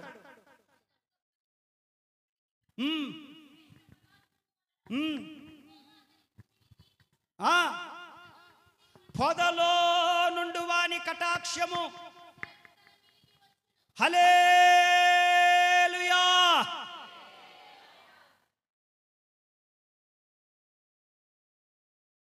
ఒక 4-5 మాటలు చెప్పి నేను ముగిస్తాను. పొదలో నుండి వాని కటాక్షము ఎవరి మీదకి వచ్చింది? పొదలో నుండి మాట్లాడింది ఎవరితో? మోషేతో. ఇప్పుడు పొదలో నుండి వాని కటాక్షము కూడా యోసేపు మీదకి వచ్చింది. చాలా జాగ్రత్తగా గమనించాలి. ఈ కటాక్షము చూడండి చూడండి చూడండి నా వైపు. ఈ కటాక్షము రిసీవ్ చేసుకోండి.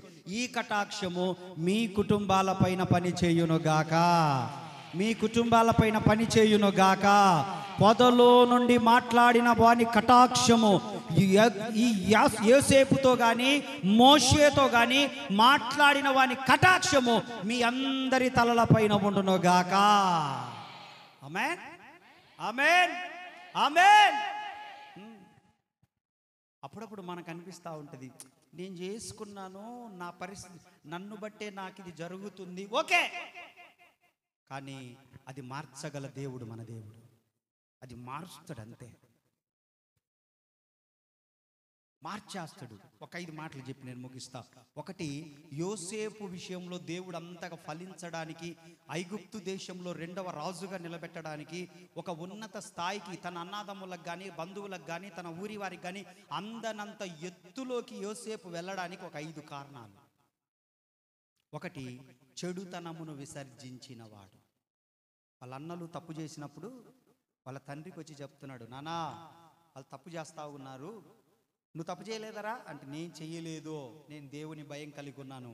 37వ అధ్యాయం 2వ వచనంలో, 8వ అధ్యాయం 22వ వచనంలో, ఆదికాండం 37:2లో, అదేవిధంగా అపోస్తుల కార్యం 8:22లో అక్కడ ఉంటుంది. ఒకటి, చెడుతనం విసర్జించిన.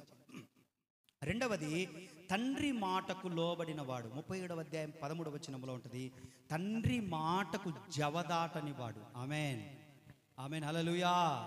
దేవుని మాటను జవదాటకూడదు, దైవజనుని మాటను జవదాటని వాడు. దేవునికి స్తోత్రం. మూడవది, సహవాసములో ఉన్నవాడు. అపోస్తుల కార్యం 2:42, ఆదికాండం 37:14, 1 జాన్ 1:3లో అక్కడ మనకు కనపడుతుంది, సహవాసములో ఉన్నవాడు. దేవునికి స్తోత్రం. దేవునితో సహవాసములో ఉండాలి, సంఘ సహవాసములో ఉండాలి. దేవుడు ఆశీర్వదించాలంటే సంఘ సహవాసంలో ఉండాలి, దేవునితో సహవాసం చేయాలి. నాలుగవది, పాపమునకు దూరంగా పారిపోయాడు. ఆదికాండం 39:12లో మనకు కనపడుతుంది. అది పాపమునకు దూరంగా పారిపోయాడు. పోతీఫరు భార్య దగ్గరికి వచ్చింది, యోసేపు ఎవరు చూడట్లేదులే, ఒక్కసారి నాతో ఏం పర్లేదు, నేను ఎవరికి చెప్పనులే, ఈ బానిసలందరిలో నిన్నే వాళ్ళకు ఒక స్థాయికి తీసుకొచ్చి నిలబెడతాను, నీకు బంగారం ఇస్తాను, నిన్ను యొక్క ఐగుప్తు బానిసత్వం నుండి కూడా నేను నిన్ను విడిపిస్తానని ఎన్నో ఆఫర్లు ఇచ్చింది. ఒక్కసారి తనతో శయనించమని అడిగింది, పాపం చేయమని అడిగింది. ఎవరు చూడట్లేదులే అని చెప్పింది, ఏం కాదులే అని చెప్పింది. ఒక్కసారికి ఏం కాదులే, నేను మా ఆయనకి చెప్పనులే, నువ్వు ఎవరికి చెప్పగాకని చెప్పింది. అయినా కూడా యోసేపు భయపడింది దేవునికి. ఆమేన్. యోసేపు దేవునికి భయపడ్డాడు, తనతో పాపం చేయలేదు, తన వస్త్రాన్ని కూడా విడిచిపెట్టి పారిపోయాడు. తద్వారా తను పొందిన ప్రతిఫలం ఏంటంటే జైలు జీవితాన్ని అనుభవించాడు. తప్పు చెయ్యనందుకు. చూడండి, తప్పు చేసిన వాళ్ళేం బాగానే ఉంటారు ఈ రోజులలో, వాళ్ళు అసలు రోడ్డు మీద తిరుగుతుంటారు, మనం తిరగలేం తలెత్తుకొని. వాళ్ళకు సిగ్గు, శరము, మానం, మర్యాద, లజ్జ ఇంకా ఏమేమున్నాయి అయ్యేముండవు వాళ్ళకి. వాళ్ళు బజార్న పడి తిరుగుతుంటుంటారు ఏం జరగనట్టు. కానీ మనలాంటి వాళ్ళకు కొన్ని ఎథిక్స్ ఉన్నాయి కదా, కొన్ని వాల్యూస్ ఉన్నాయి కదా, కొన్ని రెస్పాన్సిబిలిటీస్ ఉన్నాయి కదా. వాళ్ళలాగా మనం మాట్లాడలేము, బజార్న పడి వాళ్ళలాగా మనము ప్రవర్తించను లేము. ఎందుకంటే దేవుని భయం అడ్డొస్తుంది, బైబిల్ అడ్డం వస్తుంది. వాళ్ళకి అట్లాంటి ఏముండవు, వాళ్ళకి మినిమం వాల్యూస్ ఏముండవు. కాబట్టి తప్పు చేసినటువంటి పోతీఫరు భార్య ఏమో బాగానే ఉంది, కానీ తప్పు చెయ్యకుండా పారిపోయిన యోసేపు ఎక్కడున్నాడు? చెరసాల్లో ఉన్నాడు. అందరూ అనుకున్నారే చెరసాల్లో పడ్డాడనంటే అంత పెద్ద చెప్పండి చెప్పండి. ఒక్కోసారి మీ గురించి కూడా అనుకుంటారు, నా గురించి కూడా అనుకుంటారు. ఎంత తప్పు చెయ్యకపోతే ఈయన అంత మాట అంటారు, ఏం చెయ్యకపోతే ఈమెను అంత మాట ఎందుకు అంటారు, అట్లెందుకు మాట్లాడతారు, వాళ్ళ పరిస్థితి అట్లెందుకు అయిపోతుంది, ఇట్లెందుకు అయిపోతుంది. సముద్రంలో పడి తప్పించుకొని గిరిజనుల ప్రాంతానికి పౌలు గారు వెళ్ళినప్పుడు అక్కడ చలి పుడుతుందని కట్టెపుల్లలు తెచ్చుకొని అగ్గి రాజేసుకొని కట్టెపుల్లల కాడ ఆ చలిమంట కాసుకుంటుంటే ఒక పాము వచ్చి చేయి పట్టుకుందంట. ఒక పాము వచ్చి పౌలు గారిని కరిచి పట్టుకొని ఉందంట. ఆయన ఏమనలేదు. పక్కనున్న వాళ్ళందరూ చూసి, అమ్మో వీళ్ళు సముద్రంలో పడి తప్పించుకొని వచ్చినప్పటికీ న్యాయదేవత వీళ్ళను విడిచిపెట్టలేదు, వీళ్ళు ఎంత పెద్ద పాపిష్టోళ్ళైతే వీళ్ళను పాము పట్టుకుంది వీళ్ళని అని మాట్లాడుకుంటుండగానే ఆయన ఏం చేయలేదంట, ఊరికట్ట ఇదిలిచ్చుకొని ఆయన పని ఆయన చేసుకున్నాడంట. నేను అదే నేర్చుకున్నా. నువ్వెన్నన్నాను ఇదిలిచ్చుకొని పోవడమే. ఏంటి క్రైస్తవుడు చేయాల్సిన పని ఏంది, మీరు చేయాల్సిన పని ఏంది? వద్దు, అది కాదు ప్రభు మనకు నేర్పించింది. వద్దు, మనకొద్దు, అదొద్దు. సహనం, ఓర్పు, ప్రతిదానికి సమయం ఉంది. దేవుడు దెబ్బ కొట్టాలి ఎవరినైనా. దేవుడు కొడితే మరి తిరుగు లేకుండా దారిన పోతూ పోతూ చూస్తే వాడు అక్కడ లేకపోయిననుంది వాక్యం. అర్థమైందా? నేను దారిన వెళ్ళి చూడగా వాడు అక్కడ లేకపోయాను. ఎక్కడికి పోయిండు ప్రభా? వాడు నా కాడున్నా లేరా? వాడి భూమి మీద అతి ఎక్కువైంది లేరా, ఆమె నోరు ఎక్కువైంది లేరా, ఆమె ఓవర్ యాక్షన్ ఎక్కువైంది లేరా, ఇంకా ఎందుకు లేక ఇదేంది ప్రభా? దేవునికి స్తోత్ర.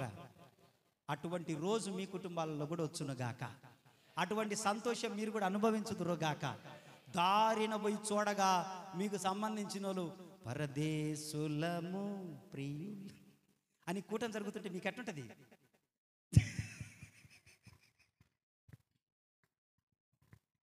ప్రైజ్ ది లార్డ్, హల్లెలూయా.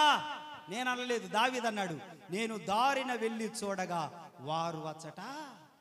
అరే, నిన్న కదా ఇంత పెద్ద చెట్టుగా మొలిచారు, నిన్న కదా ఇంత గొప్పగా, నిన్న కదా ఇంత విర్రవీగింది, నిన్న కదా ఇంత స్థాయి గురించి, నిన్నగా.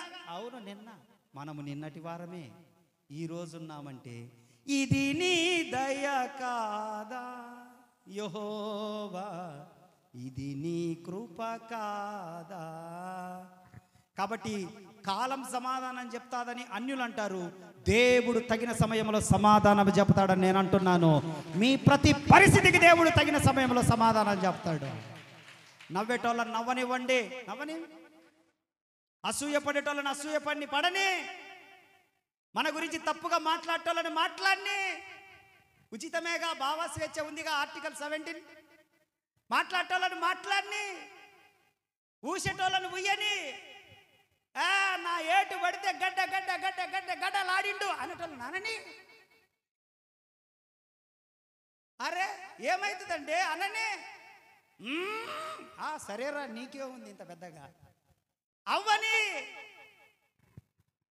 దారిన వెళ్ళి చూడగా వారు, దేవునికి స్తోత్ర. భయపడాల్సిన పని లేదు.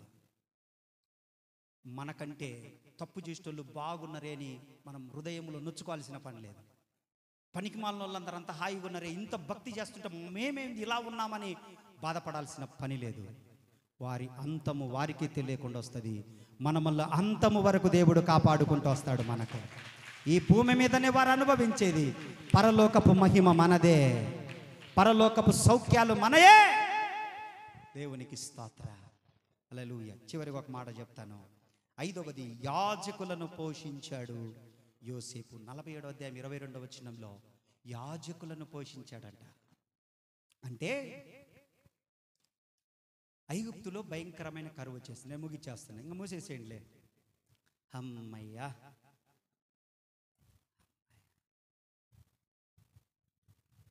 ఎంత ఫ్రీ అయిపోయారో కదా, ఎంత రిలాక్స్ అయ్యారు కదా, ఇంకా ఏం లేదంటలే.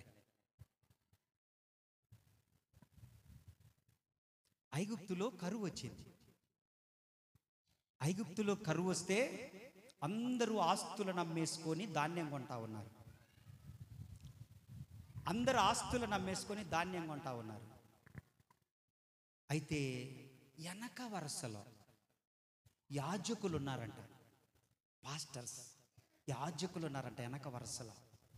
అందరూ ముందు వెళ్తా ఉన్నారు యోసేపు దగ్గరికి. యోసేపు ధాన్యం యొక్క ఆ ధనాగారం అంతటికి అమ్మేది, ధాన్యాన్ని అమ్మేది యోసేపే. యోసేపు దగ్గరికి అందరూ ధాన్యం కొనుక్కోవడానికి వెళ్తా ఉంటే వెనక వరుసలో యాజకులు ఉన్నారంట, పాస్టర్స్ కొంతమంది.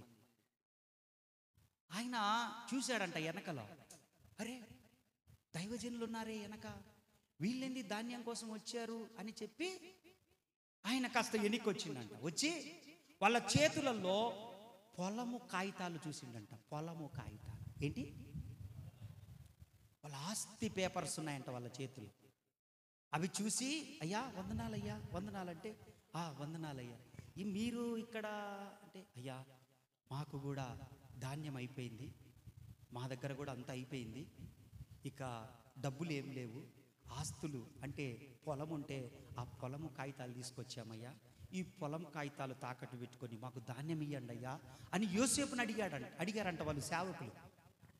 యోసేపు వెంటనే కన్నీరు గార్చి ఏడ్చి ఆ చేతికిచ్చినటువంటి ఆ పేపర్లన్నీ మరలా పాస్టర్ల చేతికి ఇచ్చేసి, యాజకుల చేతికిచ్చి, అక్కడ ఉన్నటువంటి ధాన్యం అమ్ముతున్న వ్యక్తిని చూసి, రేయ్ వీళ్ళందరూ మన క్షేమము కొరకు ప్రార్థన చేసే దైవజనులు, మన కొరకు ప్రార్థన చేసే దైవజనులు, మన దేశము కొరకు ప్రార్థన చేసే దైవజనులు, మన కుటుంబాలు బాగుండాలని ప్రార్థన చేసే దైవజనులు కనుక వీళ్ళ కాడ ఏమి రూపాయి కూడా తీసుకోకుండా కరువు తీరిపోయేంత 7 సంవత్సరాలకు ధాన్యం ఇచ్చి పంపించండి వారికి.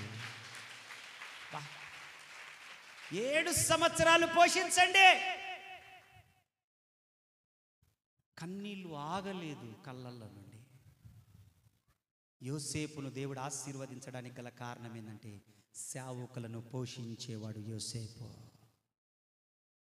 మీ కుటుంబాలను, మిమ్మల్ని దేవుడు పోషించాలంటే మీరు ఏ సంఘాలకు వెళ్తున్నారో దేవుని సేవకులను పట్టించుకోనండి, మీరు పోషించండి. దేవుడు మీ తరాలను, మీ తర్వాతి సంతతిని కూడా ఆయన పోషించుకుంటూ వస్తాడు. ఆయన మా అమ్మ చేసింది అదే. మా అమ్మ ప్రతి శుక్రవారం మా ఇంట్లో ప్రార్థన జరిగేది. జీడిమెట్లలో, షాపూర్ నగర్లో సేవకులు వచ్చిపోతుండేవాళ్ళు. మేము మామూలుగా ఉన్న రోజులలో మాకు భోజనం సరిగా ఉండేది కాదు, కానీ సేవకులు మా ఇంటికి వచ్చినప్పుడు మంచి భోజనం చేస్తుంది మా అమ్మ. మంచి రైస్ కొనుక్కొని వస్తుంది, వాళ్ళకు వారం చికెన్ కొనుక్కొని వస్తుంది, వాళ్ళ వరకే చేస్తుంది. వాళ్ళకు తప్పకుండా మంచిగా వాళ్ళకి ఏర్పాటు చేస్తూ ఉంటుంటుంది. ప్రతి నెల ఆమె సంపాదించిన దాంట్లో మా నాన్న వలన వచ్చిన పింఛన్లో 2 నుంచి 10% తీసి ఆ బియ్యము తీసుకొని దాంట్లో పెట్టేసి ప్రతి నెల నా చేతికి అప్పగించి దైవజనులకు ఇచ్చి ప్రార్థన చేయించుకొని రాపో, వారిని పోషిస్తే నా కోసం కాదు మిమ్మల్ని, మీ పిల్లలను పోషిస్తాడు ప్రభువు అని చెప్పాడు. మా అమ్మ చెప్పిన మాట అది. రే నా కోసం కాదు, నేను ముసల్దాన్ని అయిపోయాను, నా కోసం కాదు, నేను చేసేది మీ కుటుంబాలను, మీ తర్వాత మీ పిల్లల కుటుంబాలను ప్రభు పోషిస్తాడు. సేవకులను పోషిస్తే ప్రభు మిమ్మల్ని పోషిస్తాడు అని మా అమ్మ నేర్పించింది. అదే మేము చేసుకుంటూ వచ్చాం.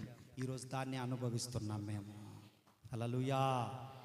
కాబట్టి ప్రార్థన ద్వారా మా అమ్మ ఒక ఉన్నతమైన స్థాయికి వచ్చి మమ్మల్ని అందరినీ ఒక ఉన్నతమైన స్థాయిలో ఉండడానికి ప్రభు పాదాలు పట్టుకుంది. ప్రార్థనే మన స్థాయిలను మార్చేదని చెప్తున్నాను నేను. ప్రతి పరిష్కారం దొరికేది ప్రార్థనలోనే. దేవుడి మాటలు దీవించునుగాక. అందరూ మోకరిద్దాం. ఒక 5 నిమిషాలు అందరూ మోకరించండి. నేను ముగించేస్తాను. ఒక 5 నిమిషాలు.